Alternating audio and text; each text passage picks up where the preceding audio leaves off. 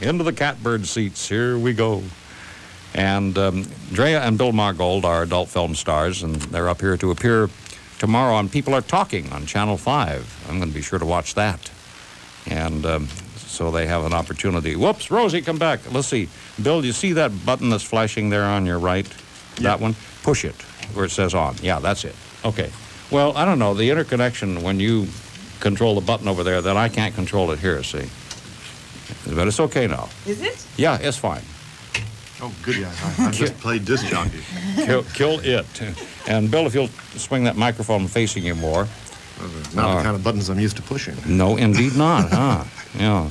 Well, Bill and Drea, welcome to the show. Thank you. Hi. You normally are down in Southern California. Los Angeles. Since we're bringing tea to China by coming to San Francisco to do a talk show about pornography, since this is the home of it, the mecca of pornography is San Francisco, or at least they'd like to think so. Yeah, we like to think we're the mecca of a lot of stuff. You know. But this gives you an opportunity to get away from the heat down there. Understand? We came right into it here.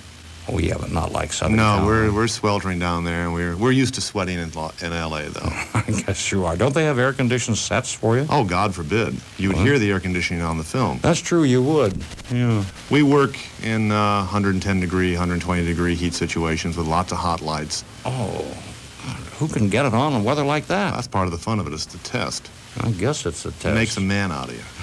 Does it make a woman out of you, Drea? Oh, yeah. Believe it or not. That really sounds like work. Sweat sells, however. Makes you look hotter. Does sweat sell? Oh, absolutely.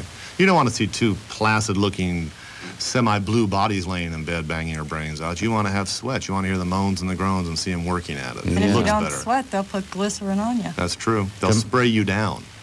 So you're sweating. Yeah. Sweaty bodies. Sweating and growling. Yeah. We give them what they can't get at home. Now, you two have very differing attitudes about where the industry is now and where it should go. Drea, what's your attitude about adult films? Oh, well, just exactly the opposite of Bill's. Bill believes that we should keep the X-rated industry filthy and dirty and in the backyard. And I believe that we should clean it up and make it more sensual and let it come into the house. What do you do talk about at breakfast? Not much. We rarely eat breakfast. You don't have time. Yeah.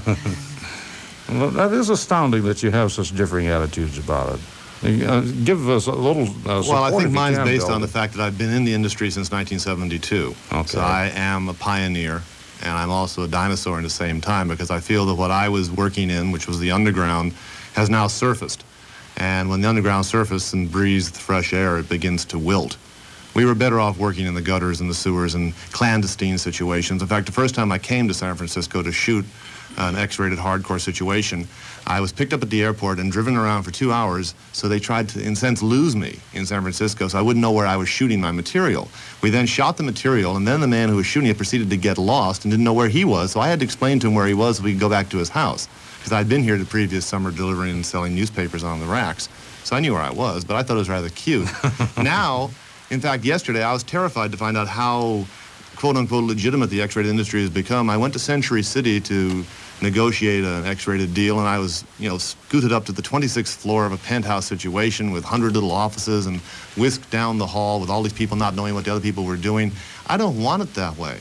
I believe, truly, that the business should stay out in the yard where it belongs. I want it to be something that you can't get as easy as to take it home and slap it into a video recorder and watch it that way, because we're going to become passé. Oh, you think it's going to then it'll get into the role of, well, ho-hum. Exactly. So acceptable. Ordinary. So safe. Ordinary. I don't want to Good be word. ordinary. I don't want to be normal. I can tell, Drea. But it doesn't have to necessarily be filthy. Bill makes filthy movies. I mean, filthy. And what do you make? You make classics? What? I make nice, sensual, clean films. If you you have- can make love without making filth. Yeah, if you have a choice in the matter, you make that kind of film. I try to keep my choices. Yeah.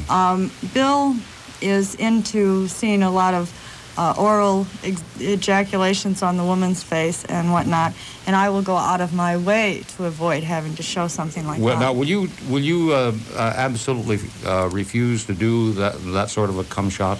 I did it once with Bill I won't do it again. Yeah, Annette Haven also has the same rule in her life. It's She good won't for do their faces. It's the highest grade of protein you can buy. I'd like to see his face get it. The whole thing is, the reason I do it is because how many husbands can do that at home? I give them what they can't get. I don't practice what I preach. I do it on the screen. I don't bring it home. I don't want to bother bringing it home. I don't have the time to bring it home. What I do on the screen in various super X-rated situations, I wouldn't want to begin to take the time to do at home because I'd mess up my bed. That's I would right. defile various cooked chickens, as I did in Intimate Lessons.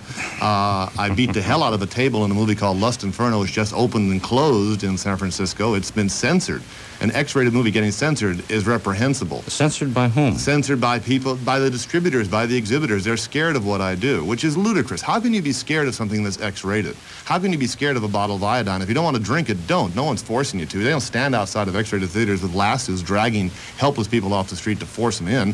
No one's ever died from an overdose of pornography. Yeah. We're an entertainment business. I just try and entertain, but I bend over backwards and in other positions to give them what they want to see. And they do want to see it, because I've been in audiences that cheer me on when I do it. And then they come out and say, oh, boy, you dirty guy, you got away with it, didn't you? I say, you're damn right I got away with it. Yeah. That's what I'm being paid to do. All right, our telephone number is 928-0104, and our guests are Drea and Bill Margold, adult film stars.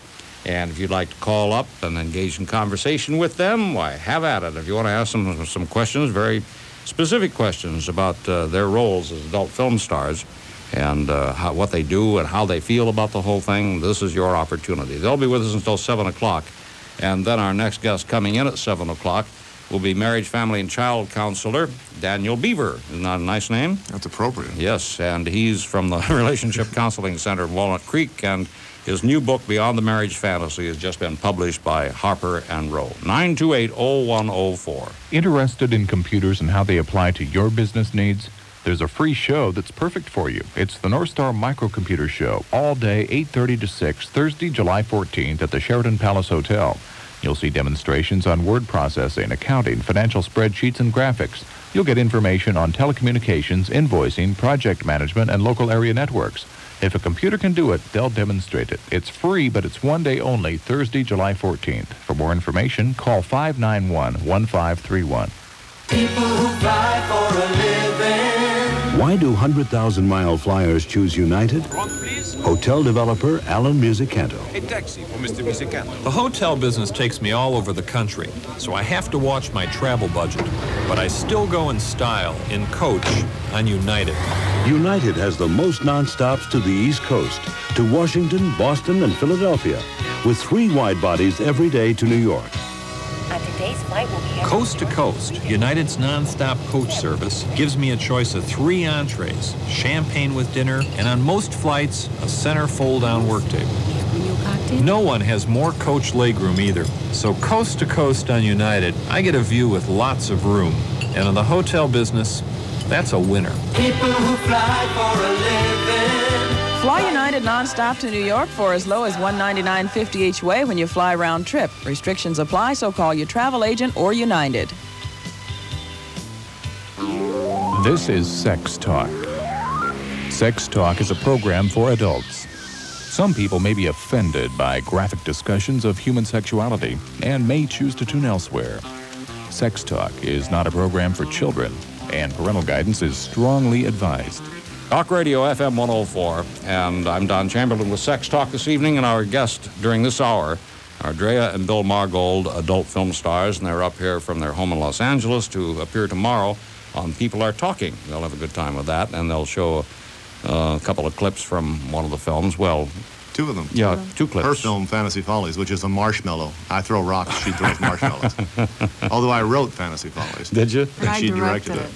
Oh, fantastic. We'll get into more of that. Right now, we have Dion coming on the air with you. Dion? Hi, How are you? How do you pronounce your name? Dion. Dion. Okay. What's on your mind? What I was curious about, how does one get started in a business like that How does one get started? as an actor? Okay. Well, let's ask Bill and Drea how they got into it. Bill, what was your beginning? I got into it as a writer. I wanted to become the George Plimpton of pornography. I wanted to write and then tell people what it was really like, and they found out I could do more things with my fingers besides type on a typewriter. And then I became the agent, and the biggest, most successful agent in the history of the X-rated industry. I discovered Serena, I discovered Seika, Lee Carroll, Pat Manning, Maria Tortuga, Mike Ranger, R.J. Reynolds, legends throughout the industry now. Plus, I discovered my wife, Drea, 3 years ago. And she'll tell you how she got into it, because it's a porno fairy tale. Did you discover her as an actress before you were married or after? 3 years before we were, well, I've known her for 3 years, so I discovered her 2 years before we were married. Okay, and I discovered him. You discovered him. We fight over that also. All right, let's hear your story of that. Bill had a write-up in a magazine that comes out of New York about himself, and he said in the article that he was the most marvelous thing to ever hit the face of the earth. Yeah, he's not humble. No, he God isn't. forbid. And in there he said that he could do anything better than the next man. And I called him and talked to him on the telephone, and he told me to go buy an issue of Hustler magazine and to look in it and see what he had to offer. So I indeed did go and buy this magazine, and when I opened it up, Bill showed me in that magazine that his endowments were second to none other than John Holmes, which I have found out now. Oh, let's see, Holmes is 9 inches. Holmes way more than that. About 13. I'm about 9. Really? Yeah, Holmes is the king. No, all men were not created equal. Lord knows that's true. But he invited me to come to Los Angeles, and I did indeed come 2,000 miles. And when I got here, in less than 4 hours, we were rolling around in bed. Now, if you can show us, or show me, that you're in a magazine with more than he has, I'll come see you. I see. No, Dion, if you really want to get into the X-rated industry, the easiest way to do it is find yourself a girl and come into one of the agencies, preferably down in Los Angeles, because I don't know if there are any agencies up here. And we would attempt to give you a chance to see if you could function. Now, if you didn't function, it might be an ego-shattering situation that would result in suicide. You come back to your precious Golden Gate and flip yourself off it. It is a tremendously difficult situation to function under the lights. You have to be an automaton. One of the great actors in the industry now, Herschel Savage and also Paul Thomas, have both likened themselves to welders. They consider themselves welders. They go to work, they take their lunch, or they eat their lunch at work, but they also have to perform on cue because it costs a lot of money to get it up, get it in, get it out, and get it off on cue. If you start wasting time, everybody standing around gets very unhappy. Time is money. True. That's right. Yeah. Okay, thanks. All right. 928-0104. And Bill and Andrea are going to be with us for the next 40 minutes, so don't waste time in getting your finger in the little hole there and start dialing. 928-0104. And Kathy, welcome to the show. Hi. Hi there. Yes, I am. I'm a virgin caller. A virgin caller. Stand by, my dear. Deflowering music for Kathy.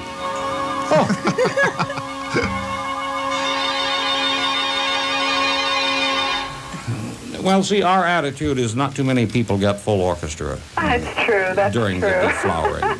But it's great. Yeah. I just called because I just love your show, and I had to tell you something right off the bat that your show is our company's mascot. The company mascot? Yes. At 4 o'clock, everybody in our company goes to the radio, turns on the show, and we listen to it until everybody leaves, from work to go home, and that's around 6 to 7 or 8. Well, that's wonderful. So we're very, assertive, a great group, Yeah, well, what do? You do your work during commercial breaks or what?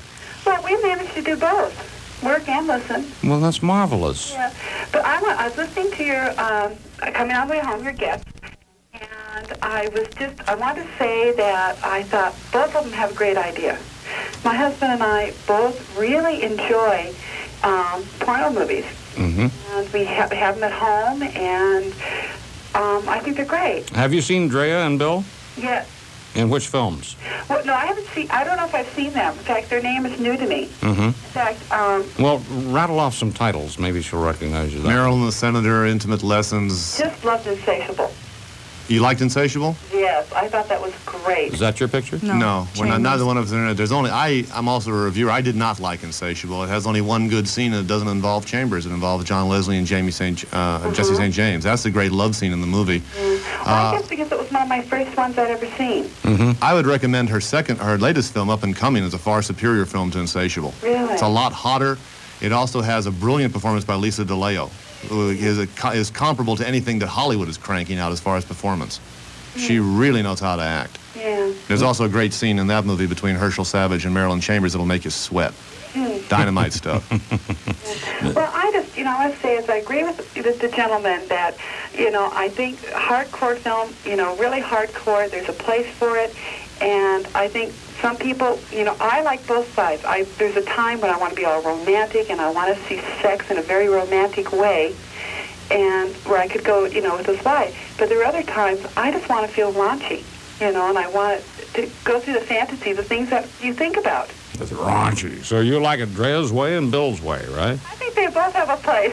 They do. We both. That's the whole thing. That's the marvel of X. We're allowed to be as creative as we want to be, but it gets to the point now where we're being told what we can do. One day you can use your fist, one day you can't, one day scatology's in, one day it's not. I don't like that. I don't want to be told what I can do in something that's supposed to be uncensored. Yeah, well, of course, the person who's producing and directing the film, as in other types of films, really has the say. What makes you think that you, as the performing star, have all that much right to say what you're going to do? Because I'm creative, and they know that when they bring me in, I give them 200%. Usually 100 of it's cut out right off the bat, but at least it's there for them to use if they want to use it. Yeah. Well, I also think, in the porno flicks that a lot of times you want to set yourself into that situation, wishing you were the porno queen or the king. Oh, fantasy is a great part of it, of course. So. Yeah, I watch him, and there's many times my husband and I have turned on a videotape at home, and have been on the sofa, and it just followed, what we see on TV has followed through ourselves. And it's like you're playing the part, or you feel like you're almost, on stage right there with them. Mm-hmm. And it's fantastic, Everybody has a fantasy of being the great, lover. Sure. Now, it might be an opportunity, Drea and Bill, for you. I don't know how often you get an opportunity to talk to viewers, but here's Kathy. You have a question for her. What do you want to see? What do you want us to do for you in the next film you walk in to see? What would you like to see? What can't you get at home that you think we can give you? Oh, gosh, that's a hard question to answer because my husband and I do almost everything. We really try it. We try everything. Oh, gosh. What's your wildest fantasy, barring the pain aspect of it? My wildest fantasy, I think, for me is wild. I like two women and a man. I think it's just nothing more exciting having this woman, being caressed not only by a man, but by a woman, too. Now, usually a woman's favorite fantasy, or I don't say usually, I say with most women I've talked with, their favorite fantasy is two men and her. Lots of men. Yeah. And then with men, the favorite fantasy of them, of course, is two women and them. My fantasy is one-on-one. Because then I can do it all to them and know what is taking up my limelight. I like to be the receiver, And a woman and a man, they both have feelings in their own way, and they know, in their own way know how that woman feels. Sure. And they can both give it, I've never done it, but that's my fantasy. Well, one of these times you might choose to live out that fantasy. Yeah, well, maybe. Would you if you had the opportunity? Maybe. It'd have to depend if my husband, it would have to be if my husband and maybe another person, but it'd have to be if he would go for it, if he'd feel comfortable. Mm-hmm. Yeah. Well, might happen. Kathy, thanks for calling. Thank you. Bye-bye. Bye. And with us tonight, Drea and Bill Margold. They'll be here for another 35 minutes, so hurry up and call and ask them any question you want to ask them and offer any opinion you want to offer. 928-0104 on Sex Talk. Home Federal Country. The art of successful investing is a question of balance. The answer is Home Federal. On the one hand, there's our insured money market plan, which earns at a current money market rate and allows you the freedom to use your money. On the other hand, there are Home Federal's high-rate guaranteed investment accounts, which can help you achieve your long-term goals. Using this strategy, you can enjoy both financial convenience and the advantage of high rates for terms ranging from 18 months to 10 years. We'll work with you to help you achieve the right balance of investments so your balances can achieve more for you. For long-term rates guaranteed if you invest now, call toll-free 1-800-522-1531. Federal regulations require substantial forfeitures for early withdrawal of term accounts. Home Federal Country. Member FSLIC. People who fly for a living. What makes United and the American Express card important to business flyers? Ivan Houston, Chairman, Golden State Mutual Life Insurance. Believe it or not, I'm here on business. This daycare center is one of our important investments. It's good for the community, and our policyholders get good value. I demand the same good value when I fly, and I feel I get it with United. United has great low fares and great schedules to major cities all over the country. And you can charge your ticket on the American Express card. United's low fares are part of traveling smart. The American Express card's another. It's honored for hotel and plane tickets, and I get a written record. An insurance man is always happy with good coverage and value. I get both with United and American Express. People who fly for a living, fly United's friendly skies. United has great low fares to more of the country's top 100 business centers. For reservations, call United or your travel agent today. The Massachusetts Institute of Computer Technology Marching Band sings the K-Pro Fight Song. K-Pro, you got disk drives built in for $15.95. Complete with green screen monitor and all of that software to drop. K-Pro hats off to you. Thousands less than Apple II. You're our all-pro, K-Pro 2. K-Pro, we're loyal to you. You rock! You might not remember that K-Pro makes a business computer with built-in disk drives, monitor, and functional software that lists for just $1,595. But you will. You're our all-pro, K-Pro 2. K-Pro, we're loyal to you. You rock! Talk Radio, FM 104. I'm Don Chamberlain with Sex Talk, and our guests are Drea and Bill Margold. And Eric, you're on. Hi, Bill. How are you? This is a question for Bill, actually. Sure. About 10 years ago, I had the experience of being scooped off Hollywood Boulevard and shuffled into a hotel room in Hollywood, and I did a movie with a young lady, and she was semi-attractive. But one of the interesting things about it, that when we started to perform the act, she was strung up in fishnets and lipstick, and she was just made twice as ugly as she normally was, in which case I could not continue to pursue what I was doing. I mean, it was just such a turnoff. And my question is, why do they see, not these days, they don't put so much stuff on these ladies anymore, but in the 70s, it was just like, they totally transformed them. Was it a fantasy, or what was the situation? But you have to remember back to the 70s that they were identifying with the fads that were current in vogue at that point. So what you were going to go to bed with, fishnets and all, was what epitomized the sexual fantasy of that era. Now you'd be going to bed with something that looked like Lassie in Heat because of these punk rock haircuts, or somebody got hit by a rainbow.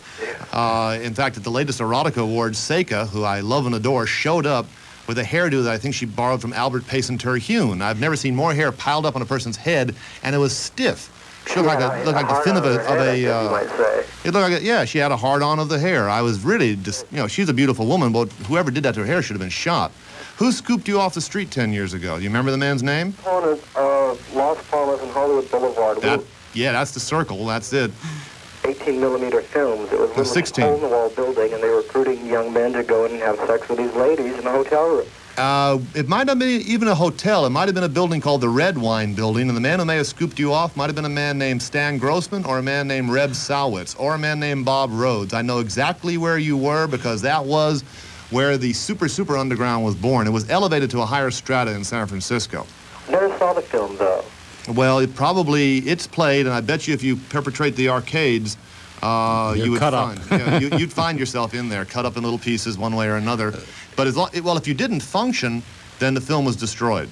Well, I said they continued the film, but I never got a complete hard-on, so I never really finished it. But they didn't want to waste the time. They said, "Well, we'll just keep shooting and get some stills, and hopefully, it'll go." We have only 2 models there, and you've rented the equipment. Apparently, some of that stuff is rented.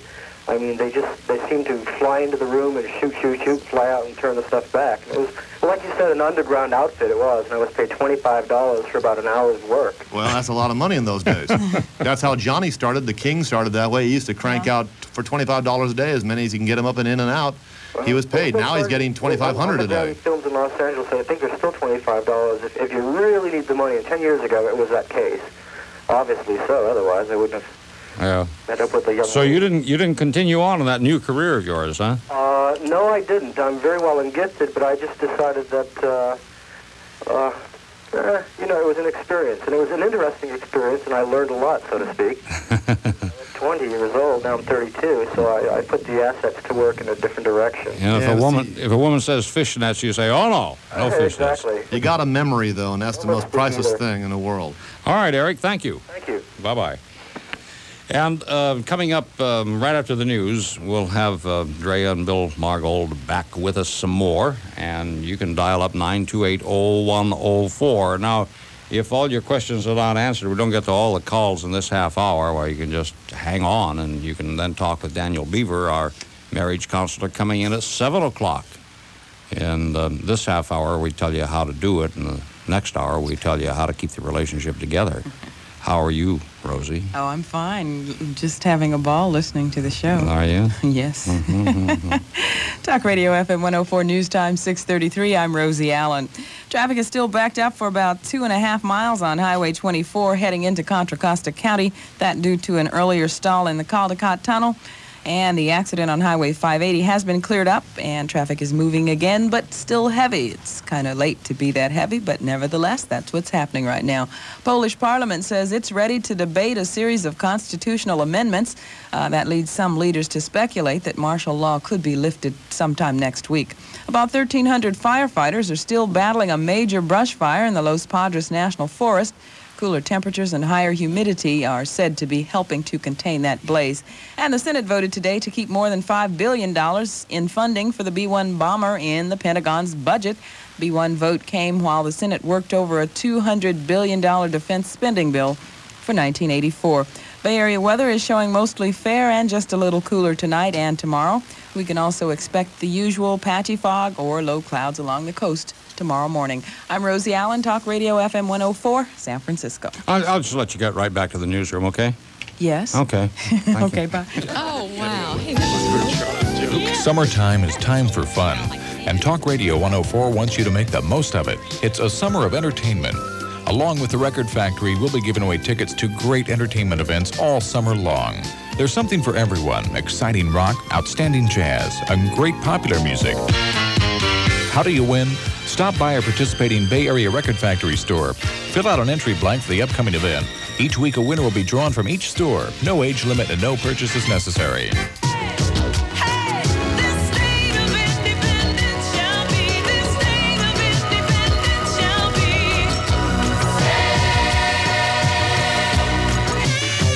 Friday, July 15th, see Donna Summer at the Concord Pavilion. Pick up an entry blank at the Record Factory. Don't miss Donna Summer in person at the Concord Pavilion. Check out your nearby Record Factory today and make this your summer of entertainment. Be somebody, be somebody, be somebody at Grecian Health. This is the final week of Grecian Health Spa's Spring Fling. It ends this week, but you still have time for you and a friend to take advantage of this limited membership offer. 2 memberships for the price of 1 for only $88. You'll exercise with the latest equipment, relax in sauna, steam, and our heated pool, and enjoy stimulating aerobic dancing. And all for only $88 for both of you during this once-a-year event. Join cover girl Christy Brinkley and be somebody. When you're in front of a camera, a pretty face certainly helps. But to stand out in today's world, you've got to be somebody.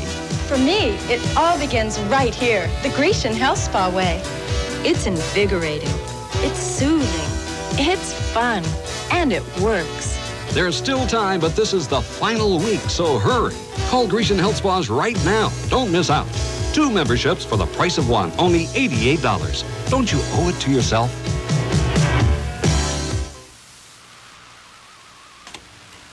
Sex Talk is the name of the show, and our guests are adult film stars Drea and Bill Margold. And let's see, Bill, you've been in the business for, what did you say, 12 years? 11 years. 1972 I broke it. And Drea, you've been at it for? A little over 3. A little over 3. How long can you last in this business? I mean, you must think of your longevity. As long as I can get it up. Is that really On the cue. case, or? Well, I do everything in the industry. I'm a jack of all trades, or the Renaissance man of porn, as they call me. No, I'm I talking write, about a direct. performer.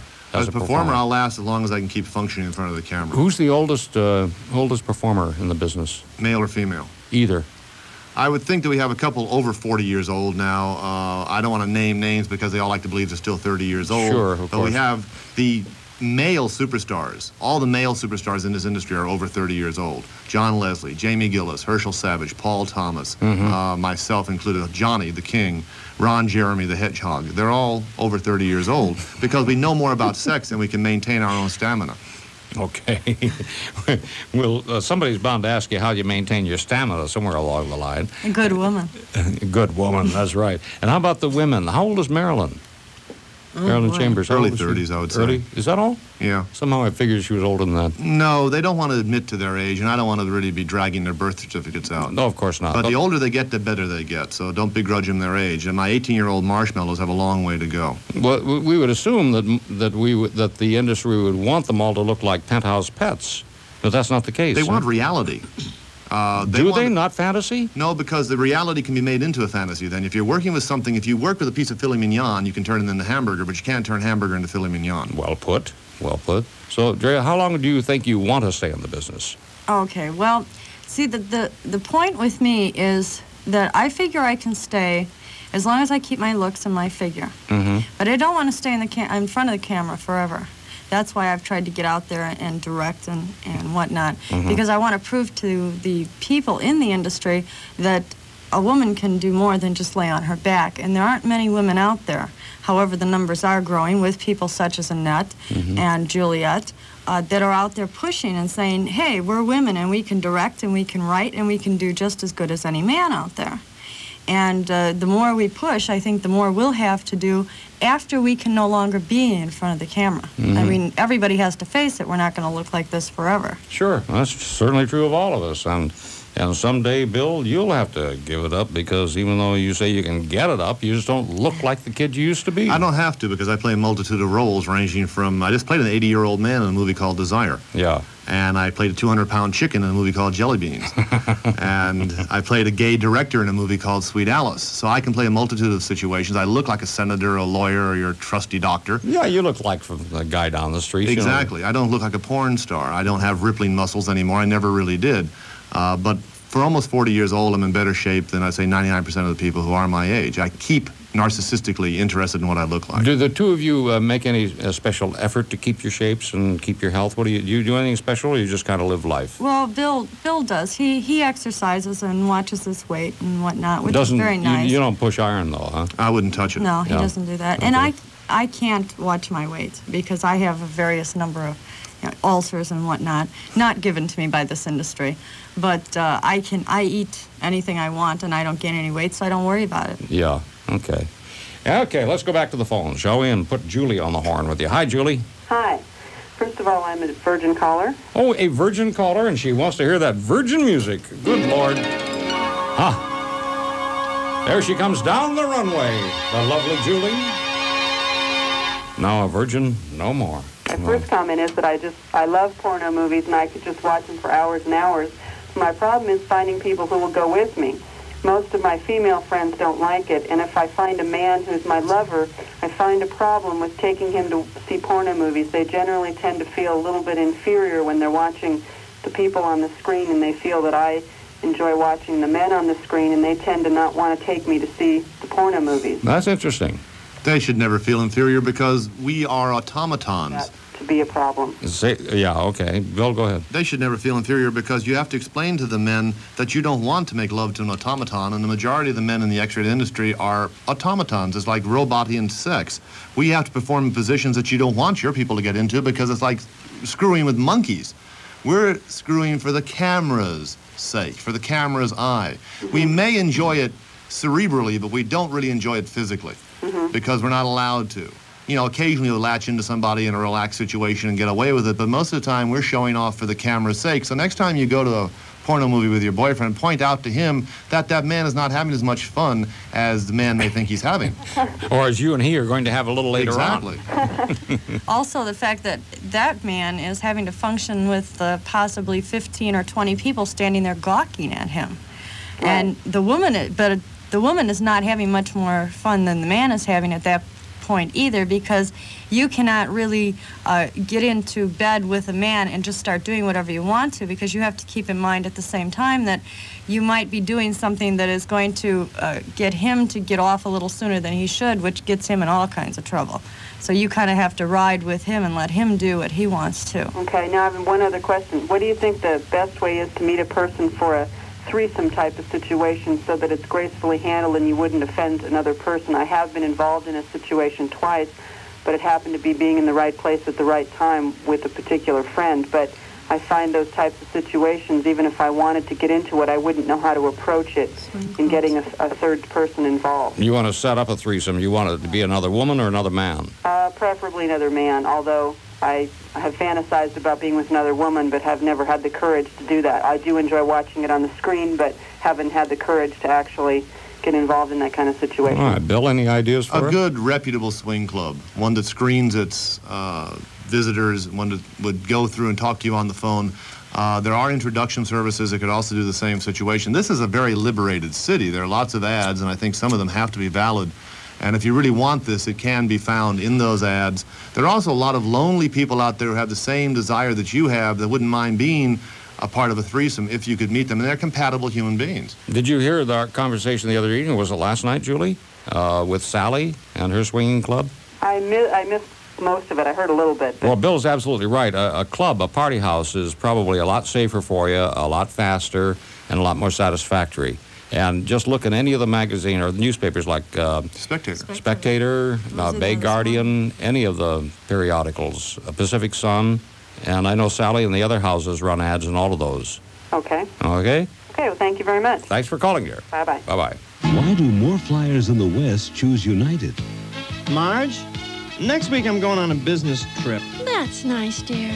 Well, should I go business class or United's new coach service? Business class. Why? You're a businessman. Oh, when a coach should go coach. I suppose so.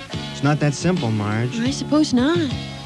See, United has redesigned their 737 coach service here in the West, so there's more legroom. It's more comfortable. Then take coach. Well, on the other hand, United's business class is terrific.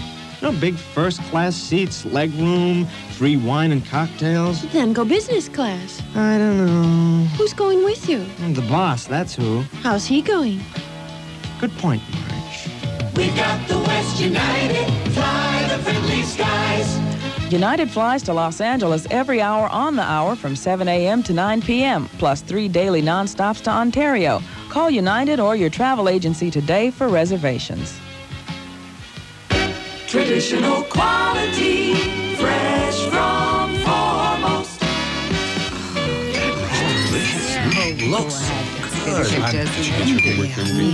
Pass the buttermilk, please. Years ago, the quality of life was foremost. Like when the family gathered around the table at mealtime. Good taste, good conversation, and good memories. Today, the quality, freshness, and good taste you used to enjoy can still be found in Foremost dairy products. When I'm thirsty, I love a good cold glass of buttermilk. It's great for baking, too. Summer milk helps keep me trim. It's a good thing. My favorite is cottage cheese. For yesterday's high quality and today's refreshing good taste, nutrition, and variety, the most popular family of dairy products is, what else? Foremost. Wow, ice cream. What kind would you like, honey? Traditional quality, fresh from Foremost. The KGO Shoppery is coming to your neighborhood. The KGO Shoppery, a 5-minute shopping spree in your favorite grocery store. Everything you stuff in your grocery cart is yours free. The next KGO Shoppery is coming to Cala Foods, Skyline Plaza, Daly City, 2 p.m. Thursday, July 14th. Entry blanks are available at the store 1 week in advance. Prizes will be awarded to participants who come closest to guessing the final total of the winner's grocery bill. Sponsor gifts are provided by Tillamook Cheese, Mary Ellen Jams and Jellies, Norway Sardines, Mahatma Rice, Ballpark Franks, Apple Juice, and Dreyer's Grand Ice Cream. You could also win 3 days, 2 nights hotel accommodations and 2 round-trip tickets to Las Vegas, compliments of Southwest Airlines and the Holiday Inn Hotel and Casino. Free tickets for Bay Cruise, courtesy of the Red and White Fleet, and tickets to the San Mateo Fair. The KGO Shoppery, Thursday, July 14th at Cala Foods, Skyline Plaza, Daly City. This is Sex Talk. Sex Talk is not a program for children, and parental guidance is strongly advised. Some adults may also find the discussion of human sexuality too graphic or frank, and may wish to tune elsewhere. Our telephone number is 928-0104, and I'm saving whatever questions I have until the very end, so you'll have a chance to ask all yours. And let's get Greg on the horn. Hello, Greg. Yes, I was curious about something that I had seen that has become one of my fantasies, a couple of my fantasies, in fact. I was wondering, are the women like Vanessa Del Rio and Georgina Spellman special, or do they do special exercises for things like double insertion and taking on a whole hand? Fisting. Fisting. Yeah. Well, fisting is out right now. The films that you're seeing films that were made 2 or 3 years ago. We are no longer now to use our hands. We only can use a couple of fingers. Yes, I'm willing to bet that they do exercises. Georgina is a marvelous specimen of a woman who is admittedly over 40 years old and loves reveling in that fact. And she is in better shape than some 18 to 20-year-olds that I've worked with. I did indeed work with Georgina in a movie called Ring of Desire, and I like to fly blind my first time. So after involving myself in a lot of oral time, Georgina, not expecting that insertion, hopped up and said, "I'll have no more of this," and ran from the room screaming. She then later worked with Drea in a movie called Country Comfort and said, "Your horrible husband, he did not warn me." And I can't see without my glasses. I wear glasses, but I, of course, tried to play it super macho in this one. So I did going into, and Georgina was howling at the end of me and ran from the room saying this is a horrible thing I had done. We're since become very close friends, but she is in marvelous shape. Marvelous, marvelous tight body. Vanessa is also in marvelous shape. Vanessa's a little too pneumatic for me. I don't like big tits. I like little boy bodies like Marilyn Chambers and my wife Drea and Jesse St. James. The small, handfuls more than I can handle, and that's it. Do they do special exercises for this or something? Well, a thing called pelvic control, I think it's pelvic floor controls or something like that for the vaginal muscles. Pelvic contractions are very valuable. You work on your own fingers, you play with dildos and stuff like that. It's a lot having to do with sit-ups and leg raises, and keeping yourself thinking fit will also keep you fit. That's part of the lifestyle. Okay, Greg? All right, thank you. Thanks for calling. And hello, Sully. Which line shall I take? We got all this new equipment. Sully's got about 14 jobs to do in there. Hello, this is Don. Hi. Who's this? This is Nancy. All right, Nancy, what's on your mind? I'm a first time, but I'd like to pass with the music, please. Oh, all right. I'd like to talk about music. Who and how do they pick the music for the movies? I'm not a professional. I don't see them all the time, but I'm curious of the music. It's just something that I don't care for. Well, 9 times out of 10 what they'll do is they'll use needle drops. There aren't many films out right now that are original scores. What do you mean needle drops? Needle drops, just like a disc jockey would do. Oh, I see what you mean. I used to be a disc jockey, and that's what I did, was the great. original needle drops. You feel at home here, yeah. Yeah, not the cassette tapes. They do needle drops, or they will take a song that's already been done. Like, thinking back, there's a film called Vista Valley PTA, where they took the obvious Harper Valley PTA and put Vista Valley PTA words to it. Now, that's not original at all. On the other hand, there are companies like myself, and I just got done directing a film called Fantasy Follies, that had the entire videotape from beginning to end originally scored by a gentleman that has a group called SX Force. And Excess Force. Excess. I have every man's dream, false teeth. Not mine. The velvet touch. It's like going to bed with a bed of dice. But if they really want to do it, they should put original music to the films, because who wants to hear the same thing over and over and over again? Well, it costs more. You're seeing the same thing. But it costs more. It's worth it. Oh, I agree. Yeah, but if they're cranking out a cheapie, why they'll use needle drops. Right. Yeah. In my opinion, the music is bad, and I do like music from big band to heavy metal. And I just feel the choice of music in every film is just the same, and music has so much to do with the whole act, and it's just terrible, in my opinion. Well, Oh, I was going to mention Night Dreams as another. If you like heavy metal, a movie called Night Dreams is a well-scored film. If you like the current rock-type beat, a movie called California Valley Girls, Take It to the Max, has an inane score done by Excess Force again, and our friend who did Fantasy Follies.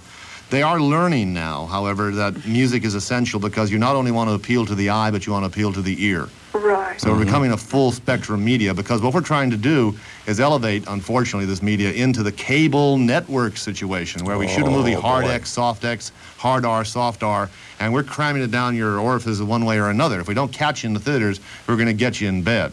So you'll get it, and like I say, look out for this, or listen out for Fantasy Follies, and also listen out for California Valley Girls and Night Dreams, because the music is beginning to grow into the films. What Nancy's saying is also true of a lot of, well, let's use the term, legitimate films made in overseas, in Europe or the Orient. The same style, I've been trying to nail down the style, or how many pieces of instruments are involved. Right. And as soon as you hear it, you say, oh, God, here comes another one of those dogs, you know? Well, see, one of the things that the X-rated industry does is they go out and they hire people to perform. Even at our Erotica Awards, which are held in Los Angeles, we get people from Las Vegas to perform.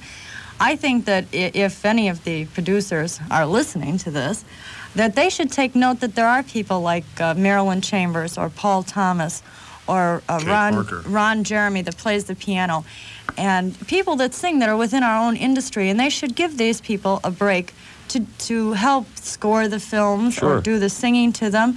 And I think it would make everything a lot better than having to go into a legitimate industry to get people to score our films. Is ridiculous. Yeah, you have multi-talented people. You're right. Absolutely.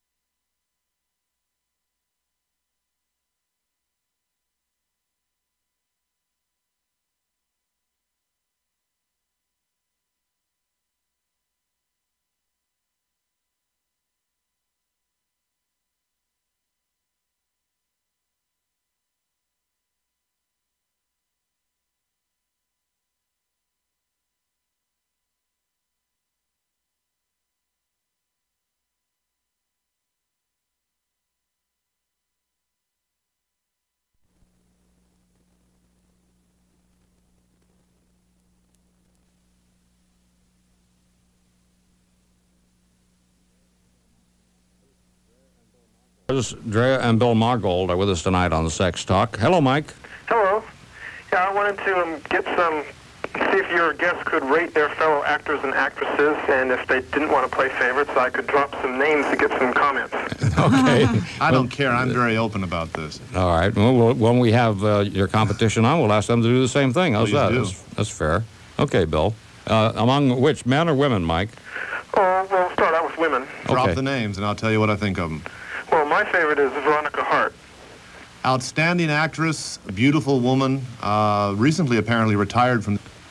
Okay. Next name. How about May Lin? It seems to me that she doesn't get very good roles in the industry. You know, she gets like little bit parts or something. You think, as a director, you think I could put in a good word for her? Well, it's racial typecasting, and I just worked with May Lin, in fact, in a movie called Desire, and she was lamenting that she wasn't getting the lead and stuff like that. May Lin has an insatiable sexual appetite, one of the hottest women I've ever worked with. She loves to make love on camera. She will inhale an entire crew after she's done with the actors. So that alone is A++ performance in my book. She is what the X-rated industry is all about. On the reverse side of the coin, Jamie Gillis, my idol, is the male version of May Lin. Totally hedonistic, out for any kind of sex he can get, and that's the way a porn star should be. I'm not that hedonistic. I'm not into the gay aspects of life. I'm locked in my own little closet, leading life, as James Dean put it, with one hand tied behind my back. I lament over that. But you say you were in Intimate Lessons? Yes, I was. I played the chauffeur. The chauffeur, oh, Yes. I see. You missed my best scenes. They were cut out of the film. I had sex with 2 cooked chickens. I ejaculated onto hot sauna bath coals. I was whipped, and then I got off in a vice. They took those scenes out. It upset the people. I don't blame them. It upset you, too, huh? Didn't bother me. Yeah, it upset me after they cut them out. Right. Okay, Mike? Okay. Thanks for calling. All right, bye. Howard, we have just a couple of minutes with you. Okay, I just wanted to ask a real quick question to both of you. Did you ever have the situation where your leading lady or leading man was somebody you really didn't like? And if so, how did you go about... Let's have Drea answer that one. I'm sorry? Drea, we're going to have her answer that for you. Okay, well, you do run into that problem on certain occasions. Now that I have been around for a little over 3 years, I tend to be picky about who I work with. I would rather work with the John Holmes or the Bill Margolds or the Jamie Gillises and so forth down the line, because I know they're good and they're going to be able to do what they are there to do. The young ones I try to shy away from because I'm not there to break anybody in. That's not what I'm getting paid for.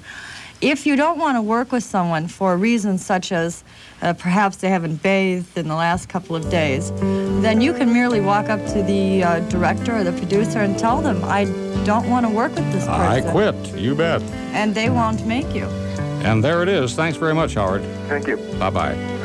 Drea and Bill, thank you for being with us tonight. Thank you. And we'll look for you tomorrow morning on People Are Talking on Channel 5. And we'll also go out and see your latest one, Fantasy Follies, which you brought in for $60,000. Yeah. Now, you said proudly, that's a lot of money. And I thought, Lord, that's not very much money at all for a film. It's a lot of money in this industry. A videotape, it should be brought in for maybe around $25,000 or $30,000, but this is packed full of superstars. That's wonderful. Bill and Drea, thank you again. Thank you. Next time you're up here in our Great Bay Area, let us know and we'll have you on again. Thank you. Stand by, lovers. We're going to be talking next with Dan Beaver, marriage counselor, and about his new book, Beyond Marriage Fantasy, on Sex Talk. I'm Don Chamberlain. I do, don't you? Probably. It goes way back. Yeah. How you doing, Dan? Days. I'm doing fine. Thanks. Dan Beaver from Relationship Counseling Center in Walnut Creek. Right. Still out there at the same old pop stand. Same place. Yeah. And his new book, which has just been brought out, it's called Beyond the Marriage Fantasy. And how long ago was it you gave me the galley proofs of that to read? That was, what, 3 years, 3 years ago, ago? 2 years ago. Still have that in my home library. Got a real souvenir there. Yeah. Collector's item. Absolutely. Beyond the Marriage Fantasy. Right. And Harper & Rose just brought it out, and now it's in all the bookstores. And hopefully, yes. And it's really different from most of the how-to books. It's a sort of book that really hits home of this whole, well, as the title suggests, this whole fantasy of what we should be as a husband, what we should be as wife and mother and all that stuff.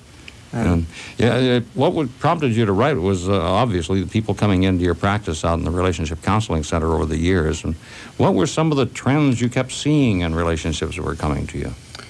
Well, I definitely kept hearing the same storyline over and over again. You know, they would come in and they looked good, and it seemed like they had accomplished all the right things and, did the right role modeling and were successful in a sense and didn't fight. But something was missing in their life. They were more like roommates, they felt, and they felt guilty almost being there because they weren't, a real nasty kind of situation. And nothing really wrong. Right. Yeah. But yet they were in my office. And so I started writing about the story, The Marriage Fantasy, which is basically a script that they followed, that they kind of modeled like the TV shows I used to watch, and Ozzie and Harriet and Father Knows Best, and they had the nice scene, but it's not working for them. And I think people who've been, grew up in the 60s particularly and don't have this idea of wanting just kind of grin and bear it as maybe their parents did. Yeah. And so they're wanting more out of a relationship, but the problem is not knowing how to get it. Sure. Everybody wants a good marriage, everyone wants it to work out, but they don't have the ability to get it, and that's the catch-22. And so in the book, I tried to define the fantasy and make, show that everybody's not all that unique in a sense, but then, okay, how do we get beyond this thing? How do we make it what everybody wants? Mm-hmm. And there's a limited supply. You might think that there's 1 million books on marriage, but none of them gets to it, And no, that's right. And we weren't taught in school, that's for sure. Well, I wanted to ask you, Dan, where do you think we get all this, all these messages and these role models of what we should be as husband and wife? Where does it come from? Well, one, like I said, was from television. I think the media of the 50s and early 60s had a great influence on our ideas on how it should be. And the other one is our own parents, just growing up in our own families. I think that these little subtle messages on how a woman or how a husband and wife should be were perpetrated there. It was done very subtly. It wasn't done like blatant messages. It was done over time. And I think that's basically where they came from. But our society has changed, and, Right. our relationship structures have changed. Definitely. Now, very often we find both people are working out of choice and necessity, and so it's not like our parents' No, and that's marriages where the years ago. rub comes in, because we've been set up with this fantasy that I was talking about, and then we have the changes such as the women's movement, and the roles of women are totally different than 1956 or 60. And then the economy, like you said, both people working instead of the woman staying home and taking care of the kids and the man's sole breadwinner. We have all these changes that have occurred for sure, but we still have that mental idea on how it's supposed to be, and then comes the conflict. As I was driving to work today, Dan, I was thinking, we all start out in relationships, man and woman in a relationship, and golly, is just grand and glorious, and everything works. Right. We do everything right. And then it goes on, isn't this wonderful? My golly, let's make this one last a lifetime. We got married. What is it that changes? What changes is that those roles that we were talking about, how you start being husband and wife with all the specific shoulds. And where before we were two individuals, in a sense. And it's like they could have the greatest relationship, but then their roles change. The other thing is that when they get married, then they start to take the relationship for granted. They think that it's forever and ever, and then they kick back and they stop putting energy into the relationship, where if you're living with somebody, if you lay back too long, they're going to leave. And so there's that energy input that changes. But I would say the roles are probably the major difference. Once that paper's signed, it's like these unwritten or these subconscious computer tapes in our brain come into play. The role being the good wife and the role being the good husband, and they just get in the way. Oh, boy, do they. Yeah. Stop being people. And also, I was talking with one of your compatriots the other day on the show from San Jose, and Linda Janowitz. And she's noticing that, and I'm sure you've seen the same thing, that many of the couples coming into her have almost a total lack of intimacy in their relationships. Right. And she says she asked them very specifically, how much time a week do you actually spend consciously on the relationship? With no kids and no television, Yeah. no other people, just how often, and it's, we're too busy, we don't have time. See, that's a concept that they can put their relationship on hold. When you're married, it's like, then it's on hold, it's going to be there forever. And so, you can't put a plant in a closet and get back to it in a month.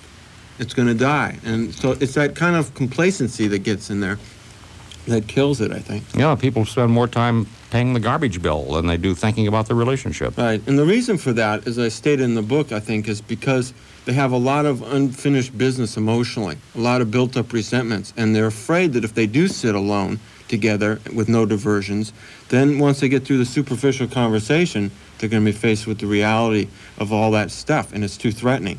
So they try to keep the peace in the moment and avoid. That's interesting. Right. That's interesting. And they So- look good. I mean, how can you fault them for being involved in their kids and other people and Working being busy hard. and working hard and being successful? But the bottom of the line is that the relationship gets ignored and the whole thing falls apart. But you're saying, Dan, that instead of not having the time to spend on the relationship, that they actually are saying, I don't want to really look at it because I think I'm it's an afraid of it. unconscious avoidance to deal with what is behind the wall that they built up. Oh, that's scary, isn't it? Definitely, because they were never taught how to have conflict. Well, And conflict's scary if you don't know what you're doing. how do you feel? Let's talk. I'll change that a bit. How do I feel? Yeah, how do you feel, Dan? Another of your compatriots in the industry of helping people, and Bernie Zilbergeld, has really recently written a book called The Shrinking of America. They talk to each other. And he's saying that as far as he's concerned, probably a good friend can be as great a therapist as any professional you could go to. And he's saying that the therapists really aren't all that successful. How successful do you think you are as a marriage counselor? I feel really good about my success. I agree with some of what Bernie says about that. I have my doubts about a lot of what is in my field. But what I do is help people change and teach them. I feel more like a teacher a lot of times than a counselor. And because couples come in, they don't know how to have an intimate relationship. And it isn't that all mystical kind of thing. It's teaching real basic skills that we don't have. And love is nice, but that if the skills aren't there, the love is going to you're going to lose it. So I feel really good about my success rate, to answer your question. I measure success in change. People who come to see me usually are motivated to make a change. They're just frustrated in how to do it. And usually they're not that disturbed. They just are stuck, and they need some direction and getting off that. And a good friend, yeah, a lot of times a good friend can help, but a good friend, I find, can be very biased and has their own stuff that gets in the way. Sure. And our culture, you know, a lot of people, particularly out in Contra Costa County, are afraid to talk to their friends about personal stuff because they're into looking good, and they don't want to be vulnerable, and they don't want to let down. Women probably are able to do that much, much more than men, for sure. I mean, it goes without saying. Well, there we are. Daniel Beaver from Relationship Counseling Center in Walnut Creek is our guest on Sex Talk until 8 o'clock. And if some of what he said and I've said has touched a nerve ending in your relationship, in your marriage, or whatever it is, and you want to talk more about that or ask questions of Dan, then dial us up right now, 928-0104, 928-0104. And by the way, the next time you're in a bookstore, look for Beyond the Marriage Fantasy, Dan Beaver's newest book, 928-0104. Let's get you involved now.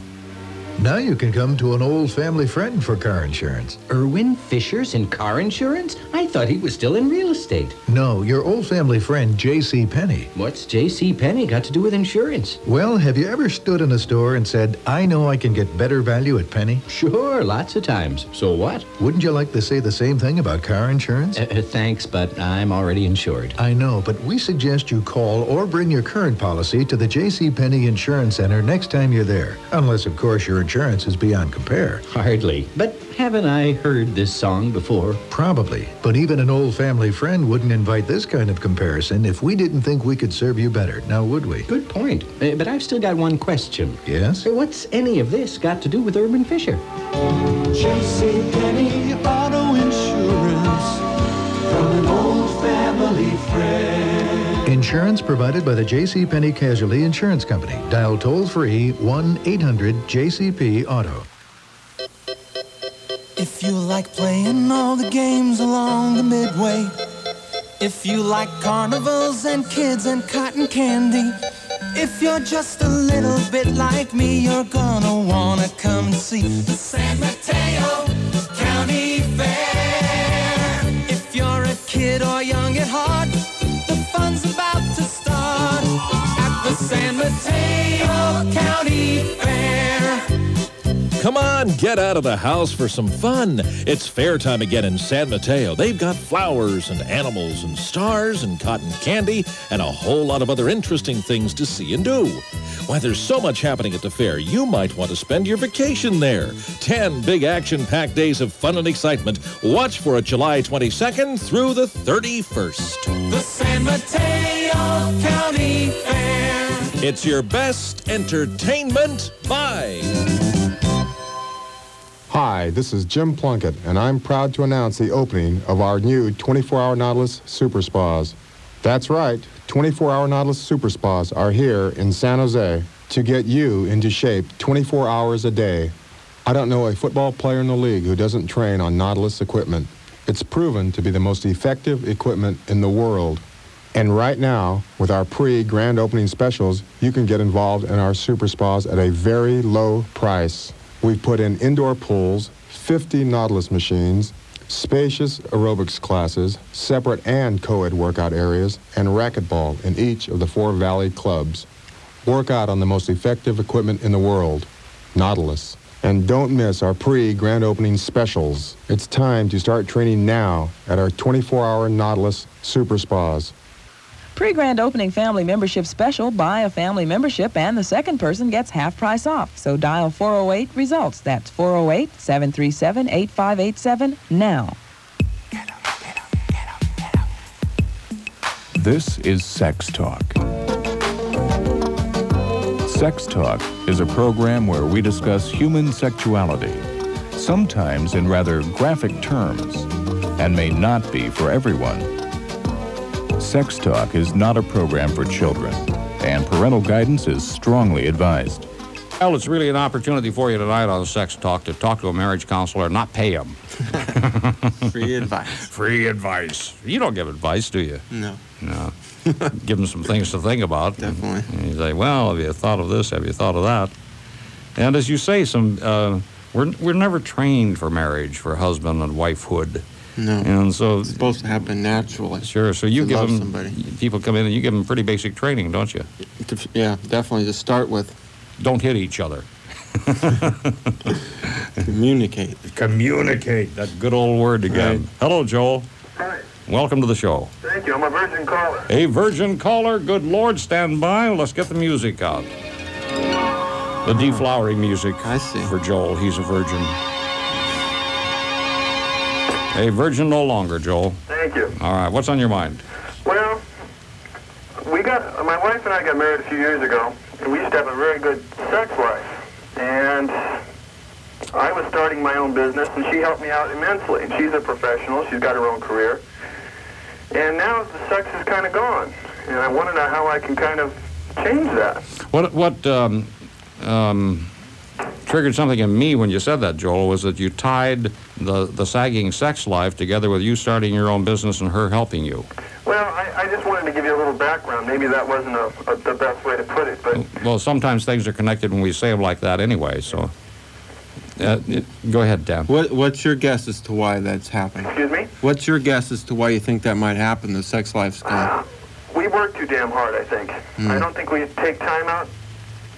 I don't know. The old intimacy thing again, huh? Work takes precedence over pleasure, maybe. How about how you dealing with the resentments? I'm kind of containing it. There's your answer. Because it's really hard to be close and sexually excited about somebody that you got a lot of resentment with. Buried, gets in the way. It's the biggest killer of a sex drive, and maybe that's true for her too. So that, to me, would be one place to really look. What resentments do you have, Joel? I don't know. I think they're hard to explain. Every time she comes in the door, I feel like I almost have to put on a show. You're so self-conscious of everything you do, so you don't upset someone. And it just, you try to make things go as smooth as they can. And it's not that we argue that much, but... Right, you're avoiding arguments, and that's what's really taking the excitement and the intensity out of your relationship. So you'll have a calm relationship, but there will be boredom in the bedroom. When should a couple decide it's time for professional help and it's beyond what they can handle by themselves? When what they're doing isn't working, and they're just beating their head in the wall. I don't think we're doing anything. I see the problem. I mean, we have sex, but not as often as I think we should, We can go long periods, and I know it's affecting our relationship. Does she agree with you? Excuse me? Does your wife agree with you? I think so, yes. We've talked about it, but it's hard to pursue it any farther than that. I mean, I don't know where to go with it. Well, it may not be, as Dan has suggested, that fixing your sex life is going to fix the other stuff. Right, it sounds like there might be a relationship problem or outside the bedroom problem that's carrying into the bedroom with you. Because, see, what makes a good sexual relationship good, in my eyes, is feeling, is emotion. And if you're blocking your emotions outside the bedroom because maybe you're afraid of getting a hassle or you don't want to make waves, then when you walk in the bedroom, this emotional flow isn't just going to happen. And so what happens is sexually it becomes kind of perfunctory. And then it gets boring, and then you tend to not want to do it too much. It's not loving sex. No, it's just mechanics. Good. Yeah. So I would suggest talking about how you're feeling about the relationship in general and not focus so much on the sex part, because that might be just a symptom. Kemosabe. Definitely try that. So what do you plan to do, Joel? Well, I think we better sit down and have a long conversation on where we're going, where we've been, and how to get where we want to go. Do you think both of you want to keep this relationship if you can? I know I do, and I think she does. But like I said, she travels a lot and I travel a lot, and it's time we don't have it together. And the time we do have, it's limited, and it's not that good sharing we used to have. Well, Joe, I feel frustrated because I hear your pain, and I'd love to, tell you a lot of stuff. We don't have time, but not to hype my book too much, but I would suggest maybe you might pick that up because it might zero in right where you're at. And I talk about sex in it too, and I think that might help you, at least as a starter. Okay? Thank you very much. All right, Joel. Bye-bye. We asked some of the world's foremost authorities how they thought the people at K-Pro could sell a professional computer for just $1,595 complete. Well, I think they make them in trailers down in Tijuana. I don't know. Are they Army surplus? I think they probably import them from Michigan. Because as amazing as it seems, a K-Pro 2 is made with the same disk drives as personal computers from IBM. A more complete keyboard than the newest Apple. I think they make them out of old video games. I don't know how they do it, but I hope they start making cars. Yet with a green screen monitor, 2 disk drives, and all the functional software, a K-Pro 2 now lists for just $50.95 complete. Complete? Complete. Complete? Complete. Complete? The complete computer from K-Pro for just $50.95 complete. I think they are completely out of their mind. Sex Talk is the name of the show. Dan Beaver is our guest, and his latest book, well, the first book, isn't it? You haven't done any others. There's one coming. Is there? How meat and potato sex can become gourmet. That's one of your favorite phrases. Right. And his book is called Beyond the Marriage Fantasy. It's published by Harper & Row, and it's just out, and certainly is available in your bookstore. And Dan's practice is Relationship Counseling Center in Walnut Creek. He and a number of associates have been out there for how many years? 10 years. Golly. Same Pottstown, Time flies, too. yeah. Same place. Those are good quarters there. All right, let's go to the phone and talk with Paul. Hello, Paul. Hello, how you doing? Fine. Listen, just very much along the same lines of your previous caller. Like, my wife and I, we haven't been married exceptionally long, and our problem is that she works days like 8 to 5, and I work 2 to 10. Oh, boy, that's a strain. And then, my time off is between, is in the middle of the week, and then she has the weekends off. Oh, boy. What can we add, or what would be ways of, enhancing the intimacy that we do have together? Boy, attention, huh? Yeah. Plus, on top of it, I'm a county medic, driving an ambulance and everything else, so. Well, with that kind of lifestyle, Glenn, I would think that it'd be really important to make time, obviously, for you two to be together. It's almost like you need to date each other and set a specific time where you two connect in an intimate way where the quality's good without a lot of diversion. Right. Otherwise, you'll probably lose your relationship because you're just passing in the hallway kind of thing. And it isn't so much how often, it's really the quality of that time because it can be really intense if you... Right. We do look forward, when I come home in the evening, spending a few hours together and, and then going to bed and preparing for the following day at work. It is true, isn't it, Paul and Dan, that we forget about dating when we get married? It is. It is, actually. We've gone through that and had our, fights and arguments over that, and today was the first time I've ever even heard the program. And I'm sorry, I gotta go, I got a call. Okay, bye-bye. Boy, yeah. I missed the name, sorry. Yeah, when the bells ring, the fire horses come out of the stable, huh? Off and running. But let's comment about that, Dan. Yeah, the idea is a lot of people think it's ludicrous to date your wife or your husband. And I think that that's super important. And not in the sense of, see, they feel like once you make the conquest, then you don't have to do that anymore. You have somebody. Yeah. But in doing that, you lose that, you're taking it for granted again. It's we're going to save money. We don't have to buy the candy and flowers anymore. Right, but then you lose being lovers and you start being roommates. Yeah. Okay, 928-0104. And Daniel Beaver, the author of Beyond the Marriage Fantasy and counselor in the Relationship Counseling Center in Walnut Creek, is our guest on Sex Talk this evening.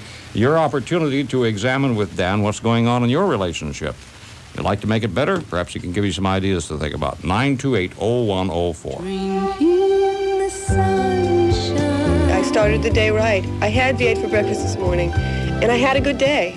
The fact that V8 has few calories is just plain good news to me because I'm going to drink it anyway because I like it. V8 is like a salad without the crunch. V8 has a nice, alive flavor. It's zippy. V8 vegetable juice. It's doing so many people so much good. Drinking the good things. The things in V8. Drinking the sunshine. And regular V8 isn't the only V8 vegetable juice. There's V8 Spicy Hot, a zesty blend of 8 country vegetables that taste just like it sounds. Spicy and hot. Spicy Hot makes a great little snack and spices up any party. And it's high in nutrition with about half the calories of orange juice. V8 Spicy Hot vegetable juice. Another great way to drink in the good things. Drinking the good things. The things in V8. Meet the qualified counterman from your CarQuest Auto Parts store. I can help with the right parts. I can help with the right price. I can help with the right advice. I'm the man behind the patch at CarQuest Auto Parts stores. CR Pro Fuel Filters grab more grit. Top-of-the-line filter with replaceable mesh element. Super cleans fuel to help prevent carburetor fouling. Polishes fuel cleaner than original equipment specifications. CR Pro Fuel Filter looks high performance and fits engines from motorcycles to automobiles. The CR Pro Fuel Regulator acts like a shock absorber in the fuel line to stop pressure surges. Fits all American and imported cars. Both CR Pro Fuel Regulator and Pro Fuel Filters are packaged as complete kits with all hoses, clamps, and adapters needed for installation. Available at CarQuest dealers. Behind the patch at CarQuest, the right place to buy auto parts. Check the yellow pages for the CarQuest dealer nearest you. Visit Village Auto Supply in Santa Rosa and Village Automotive Center in Walnut Creek. Oh, wow. Summertime is time for fun, and Talk Radio 104 wants you to make the most of it. It's a summer of entertainment. Along with the Record Factory, we'll be giving away tickets to great entertainment events all summer long. There's something for everyone: exciting rock, outstanding jazz, and great popular music. How do you win? Stop by a participating Bay Area Record Factory store. Fill out an entry blank for the upcoming event. Each week, a winner will be drawn from each store. No age limit and no purchase is necessary.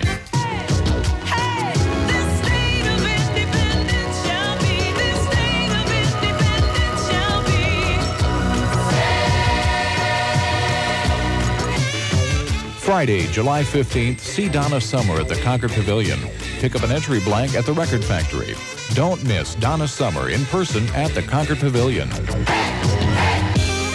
Check out your nearby Record Factory today and make this your summer of entertainment.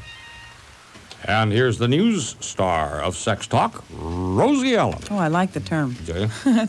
Talk Radio FM 104 News Time 7:30. I am Rosie Allen. Chrysler Corporation announced today that... Pardon? I said that. I forgot. Anyway, Chrysler said today that it's made enough money in the last 3 years to pay off the rest of that billion-dollar government-guaranteed loan. Chairman Lee Iacocca says the company will pay off the remaining $800 million by September, and that's 7 years earlier than expected. And while I'm talking about cars, the major American automakers say their daily sales for early July are the best in 3 years. The rate went up 42.7% from a year ago. Hawaiian Electric Company is still trying to find out why 4 transformers failed, blacking out the island of Oahu. Power has been restored to some areas, and there have been no reports of any serious emergencies. Finally, the British Parliament did away with the death penalty in 1969, and today the House of Commons voted to leave it that way. The deputies voted 368 to 233 against hanging murderers. Bay Area weather is showing mostly fair and cooler tonight, as well as tomorrow. Overnight lows in the 50s and 60s. I'm Rosie Allen again, Talk Radio FM 104, San Francisco. Had to get the name in, huh? Hi, Rosie. See you tomorrow. Bye-bye. On Sex Talk this evening, our guest is Daniel Beaver, who is a licensed marriage, family, child counselor. What else are you? Sex therapist? Author. That's right. Teacher. Author. Almost forgot the book.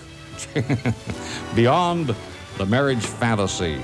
And he's in private practice in the Relationship Counseling Center in Walnut Creek. And our telephone number is 928-0104. And let's put Glenn on the horn. Hello, Glenn. Hello, Don. What's on your mind? Well, first I want to tell you, my wife and I enjoy your show, and I enjoyed the California Girls when it was on. Well, thank you. And then I want to tell Dan about a reverse problem. Okay. My wife and I have worked out over the last 3.5 years our very warm relationship. We're both very open. We talk a lot. We spend a lot of time together. Of course, we have no children, so that gives us an opportunity there. We live in a very small place, so we're very confined, so we've had to learn to kind of live together. And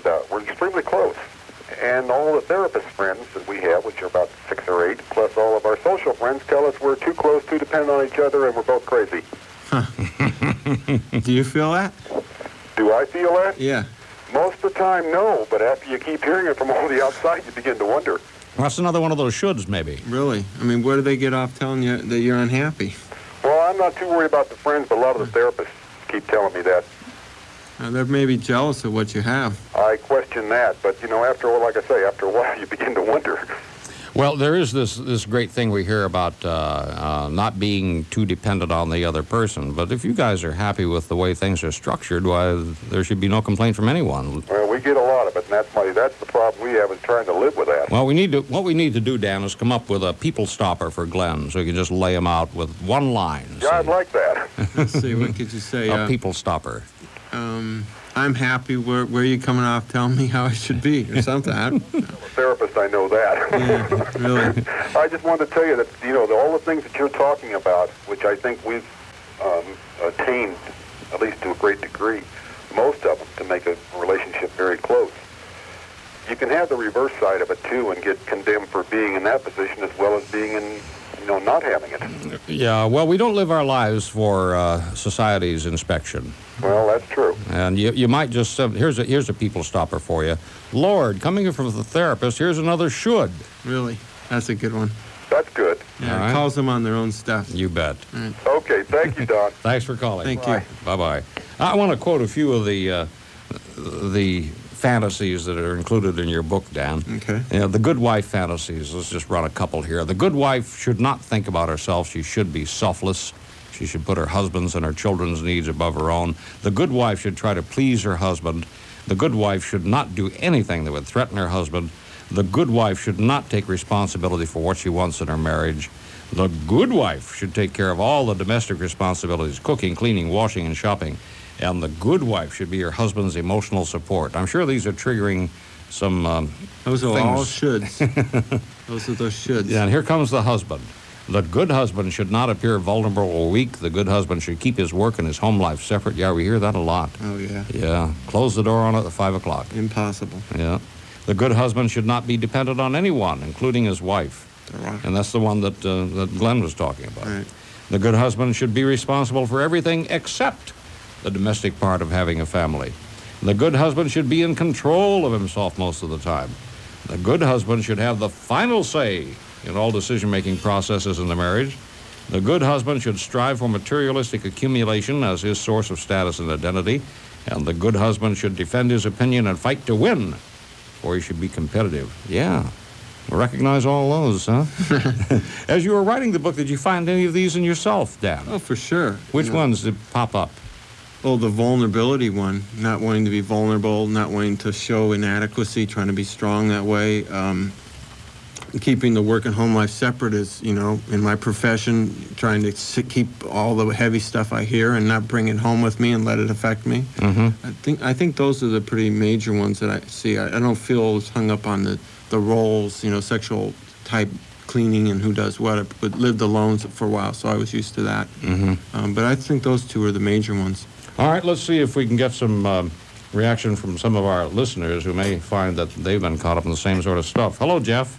Hello. Yeah, Dan was remarking a moment ago, gee, we're here getting a flurry of men on the show this evening. Mm-hmm. And that's unusual. Right. Is it? Yeah, it really is. Usually we hear from women more often, but we're delighted. Well, for starters, this is a virgin caller. Okay, well, I'll save the music for another time, or do you really want it? I'll give it to you. Yeah, I'll hold it. Okay. But what I was wondering about is whether or not Dan has seen any cultural patterns.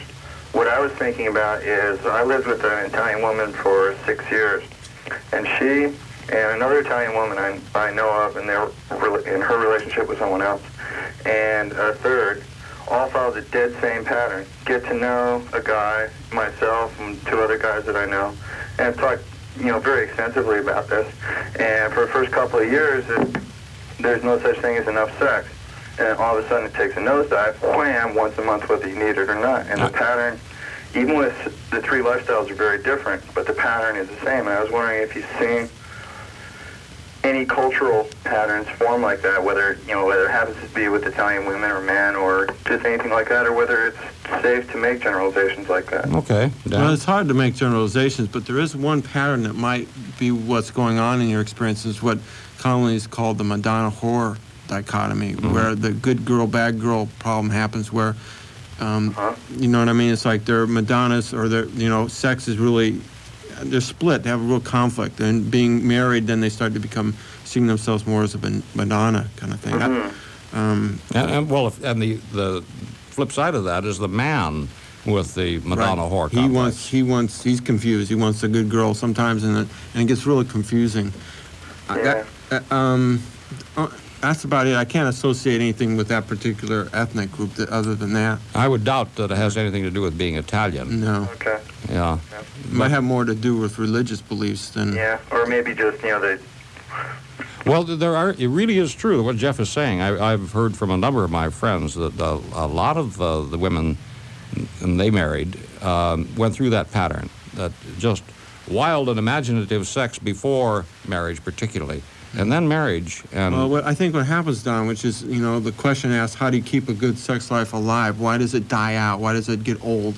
And what I find is that, and maybe with Italians, since, the stereotype with a lot of emotion, very expressive emotion that might tie into this, but the little resentments in the beginning of the relationship, the irritations, just the living together hassles, don't get resolved. And so they keep stuffing those resentments until they get so strong that they have to turn off emotionally to exist. And so then, of course, being sexual would die from that. Maybe that's what's going on. Yeah. So you got to keep those little resentments, stop stuffing them and get them expressed. That's something that, well, right now I'm living with my fiance, and having recently met her, but we do a pretty good job of keeping that jazz up on top. Good, because the statement I always try to make, and that I had to learn in a sense, is that what I would say to my wife is, I want you to tell me all those petty, small resentments. Complain to me. I don't think you're a bitch. I want to know all those little things, because I know if you keep those flowing and you don't hold any back, you're going to stay turned on to me. See, my old attitude is, don't bug me, don't complain. I don't want to hear this stuff. It's just little and trite, and that's a surefire way to turn someone off. Yeah. Definitely. Yeah. So, think about that. Experience both sides of that. Good. Thank you, Jeff. Okay, thank you much. Bye-bye. Bye. Pat, welcome to Sex Talk. Hi. Hi. Good evening. First woman caller this evening. I have been wanting to call you for so long, and I finally took the opportune time to do it. Good. I don't know, I'm filled with so many frustrations, and I'm so tired of my situation that I'm hoping that maybe Dr. Beaver can help me, give me some insight. Okay, just give us a brief overview of the situation. Well, I'm married, and I have 2 kids, and I work evenings, my husband works days. And another one of those, huh? Yeah, and it's just, we don't get together often enough, and he doesn't ever want to talk to me. He doesn't ever want to talk things out. He's just so bogged down at work, and when he comes home, he doesn't want to deal with it, and he just wants to sit back and he wants to relax. And I'm the type of person who wants to talk things out, and I've just gotten to a point where I can't even approach him anymore. It's just too heavy to talk things out, and it just gets real frustrating because I don't get anywhere. Well, not only Dan's book, Beyond the Marriage Fantasy, I know he's got a lot of that stuff in there, and there's another book that's now in paperback, and that's Passive Men, Wild Women. Boy, it describes your husband to a T. Uh-huh. Yeah. Dan? Yeah, I think you have to get to a point where you're going to have to level with him about the consequences of things if things don't change. I have. In fact, I've told him, I said, look, if we can't work something out, I'm going to have to go somewhere else. I mean, I need to be close to you. I need to have the affection. I need to spend time with you. We need to work things out, talk things out. I've told him that I think that we need to see a marriage counselor. What'd he say? And, he just avoids the whole thing. Do you think, Pat, that apathy has set in on his part? It could have, yes. See, one of the things, and I hate to say this in a way, but it's like you can tell him all that stuff, and you can tell him if things don't change that you won't be able to take it. But I think until he really senses that you mean it, then he will get motivated. I find that all the time, that when the man senses that his wife's almost out the door or she means it and isn't just threatening, then they get very motivated. And then they're saying, they come into my office and they'll want to change things. So what can I do to, help my marriage? But up until that point, they can act real indifferent. We basically have a real good marriage. He helps out with the kids. He does all the cooking. He enjoys doing that. So he does the good husband part real well. Pardon? So he's good in terms of being your husband and a father. He really is. He's a good, and he's a good father, and he's a good husband, but it's like our sex life has gone down to almost nothing. And I can't live like that, because once we do have sex, it really pulls our relationship together. It makes it a lot stronger than it was before, but it doesn't happen enough.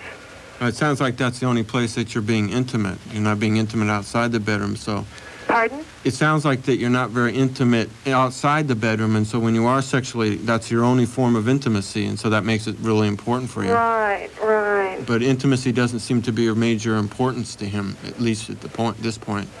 I know, I can tell you a little story, Pat and Dan, about one woman I know who finally got her husband's attention. She'd been threatening, if things don't change, something's going to happen. And he didn't hear her. Finally, one day, she got a 3x5 card. And she put this man's name on the card and a telephone number. She put it right in front of his face. And she said, guess what that is? I don't know, what's that? That is a divorce lawyer. Oh, my God. Well, no, I don't think it's gotten that far. I don't want to do that. I mean, I think we really have a lot going in our relationship. Well, what's your fear, then, if things just continue the way they are? What's your concern? Pardon? What's your concern if it continues the way it is? Well... I just think we're going to drift further and further away from each other, and I think we have basically a really good relationship. It's just that we don't have, I want to put the time into it, and he can't find the time. It seems like he goes into work on weekends, and to me, I'd rather spend the weekend with each other and with the kids. We spend like the weekend evenings together, and that's nice, but it only ends up being like one night out of the week. I guess it's better than nothing that we manage to get together. But sometimes that's even thrown away because we have 2 kids. And it's hard when you have 2 kids and they're little. And they get, even when you do end up in the bedroom and things start happening, then somebody starts crying and, then both of you are frustrated and you have a lot of animosities and you're mad at each other. And then there goes that night. And it's just... Well, my hope for you is that you do something now and not wait, because my I know. Because my concern is, it sounds like it's really good right now for you in a lot of areas, except the one you're talking about. But my concern is that's going to eat away over time, and it's going to get worse. And and the fact that you're close now to a large degree, I hope you do something now, because a lot of people come to see me when it's too late, and that, let's say 5 years from now, it probably won't change all that much, and you're going to feel really turned off and real distant, and it might be too late then. And he'll be motivated then. Yeah. So somehow... Well, what do you suggest? I mean, we're both tired. We work hard. He has to take care of the kids during the evenings. I take care of the kids during the day. I come home early enough so that we do have some time in the evenings, but we're just sort of out of sync with each other. He's wound down, and I'm wound up. From coming home at night. And somehow you're just going to have to get him to see that this is really important to you, and that your resentments are just going to get worse, and he has to really see that. And I really, I don't have a set answer how to do that, except that you need to get that across to him before it's too late. He knows it though, and it's not doing anything. See, that's where the frustration comes in. I can think is raise it. I can talk to him, and a lot of times he'll say, don't start on me now. I don't want, it's 11 o'clock. I'm ready to go to sleep. I don't want to get into a heavy discussion because I get too hyped up, and I'm going to have to start drinking some more to get calmed down. And it just... What happens in the morning? Frustrating. How do you act in the morning or in the next day towards him? He's usually, we don't say, he's usually gone to work in the mornings. But is it business as usual from your point of view? See, that's a mistake, I would think. See, he needs to see that it can't continue. I mean, okay, he doesn't want